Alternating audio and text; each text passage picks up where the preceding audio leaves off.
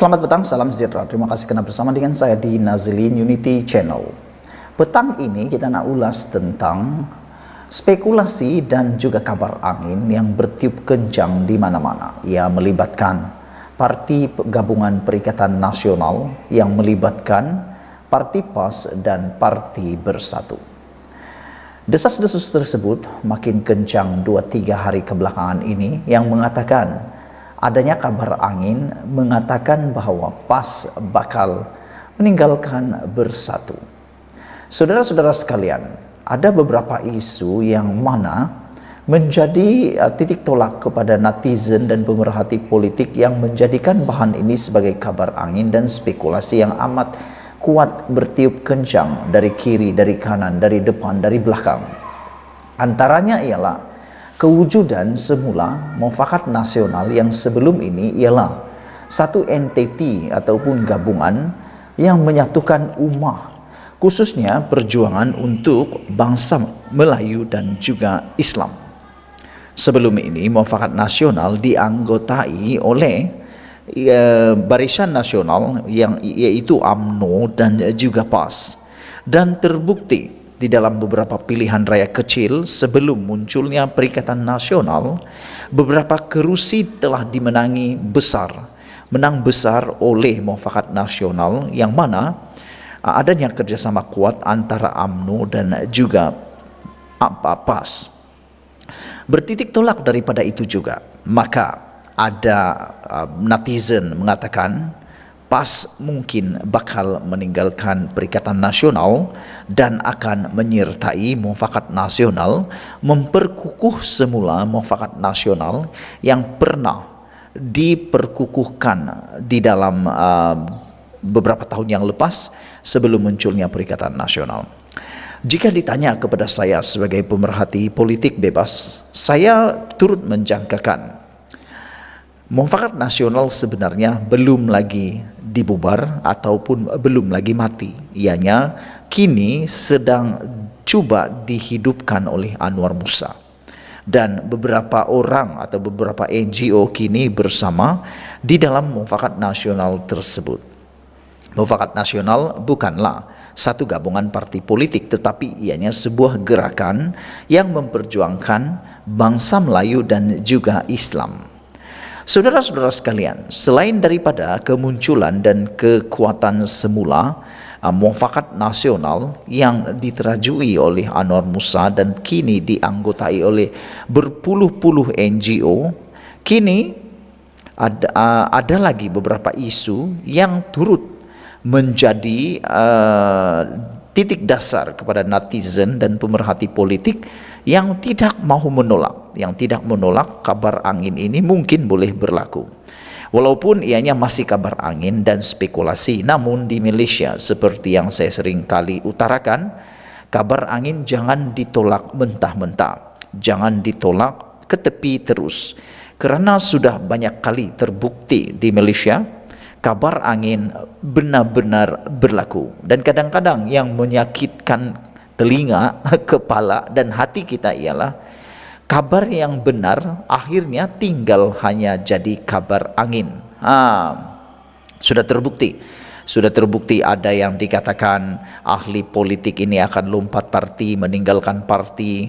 Berkali-kali ahli politik tersebut, ahli Dewan Undangan Negeri maupun ahli parlimen tersebut berkali-kali menafikan untuk tidak lompat parti, tetapi tidak sampai pun seminggu, tidak sampai pun 2 minggu, sebulan, akhirnya dia betul-betul lompat parti. Begitu juga dengan kabar angin yang mana berkaitan dengan menarik sokongan terhadap Perdana Menteri. Pada asalnya ditolak dan asalnya dinafikan, bahkan dengan gotong royong lagi, dengan bergotong royong ahli-ahli parlimen menafikan berlakunya penarikan sokongan, kejatuhan dan ketumbangan kerajaan. Tetapi apa yang berlaku akhirnya gotong royong juga, sama-sama juga menumbangkan kerajaan, sama-sama juga menarik sokongan. Yang dulunya dinafikan, yang dulunya hanya kata kabar angin, katanya ada spekulasi, akhirnya terbukti benar. Itu juga menjadi dasar ataupun alasan kenapa netizen tidak menolak spekulasi ini. Selain itu, ada juga yang coba mengaitkan dengan isu semasa yang sedang berlaku di Malaysia, khususnya dalam isu SPRM dan mahkamah. Seperti yang kita tahu, sekarang ini Parti Bersatu terpalit dengan skandal yang sangat besar, yaitu skandal Jana Wibawa melibatkan dana untuk membantu kontraktor-kontraktor Bumi Putra. Namun demikian, apabila SPRM menyiasat dan membuka kertas siasatan, didapati bahwa ada pelanggaran-pelanggaran yang telah pun didakwa di mahkamah baru-baru ini. Meskipun Muhyiddin Yassin telah pun mengaku tidak bersalah dan menyatakan bahawa beliau tidak makan sesen pun duit rakyat, bersama dengan Wan Saiful Wan Jan juga telah didakwa, dan seorang lagi pemimpin daripada Bersatu juga telah didakwa, dan terkini seorang dalang kepada rasuah Jana Wibawa yang meminta RM400 juta juga telah ditangkap dan direman oleh SPRM. Ramai pemerhati politik, ramai netizen menyatakan bahawa mungkin PAS akan mula memikirkan untuk mencari jalan mudah, mencari jalan untuk tidak terpalit sama dengan kes-kes seperti itu.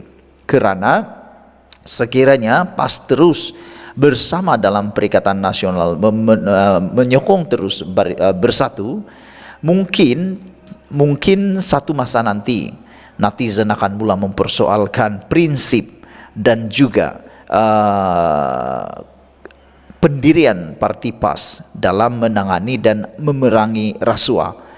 Ditambah lagi pada waktu ini kita dapati netizen rakyat mula semakin menyokong perjuangan Anwar Ibrahim untuk memerangi rasuah. Mereka makin menyukai dan makin menyokong pergerakan oleh Anwar Ibrahim untuk memerangi rasuah. Saudara-saudara sekalian, walaupun pada peringkat awal ramai yang meragui, ramai yang cuba mencari kelemahan Anwar Ibrahim, tetapi nampaknya semakin hari semakin digemari Anwar Ibrahim kerana kelihatan kesungguhan beliau untuk sungguh-sungguh memerangi dan menghapuskan rasuah di Malaysia tanpa mengira pangkat, darjat dan kedudukan. Sehingga Anwar kata beliau akan memerangi rasuah bukan lagi dengan menangkap, bukan lagi menghancurkan bilis-bilis kecil, tetapi akan menangkap jerung-jerung dan paus-paus yang besar. Sekian dulu untuk kali ini. Jangan lupa share video ini, tinggalkan komen Anda, tekan butang subscribe. Kita jumpa lagi. Bye-bye.